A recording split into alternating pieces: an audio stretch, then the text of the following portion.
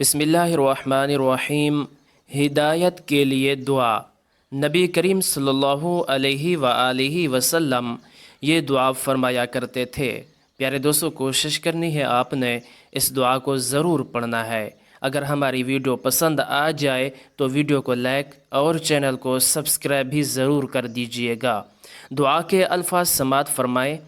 اللہم انی اسألک الہدی والتقی والعفاف والغنی۔ ترجمہ: اے اللہ، میں تجھ سے ہدایت، تقوی، پاک دامنی اور دل کا غنی مانگتا ہوں۔ اللہ تبارک و تعالیٰ سے دعا ہے اللہ تبارک و تعالیٰ ہمیں یہ دعا پڑھنے کی توفیق نصیب فرمائے۔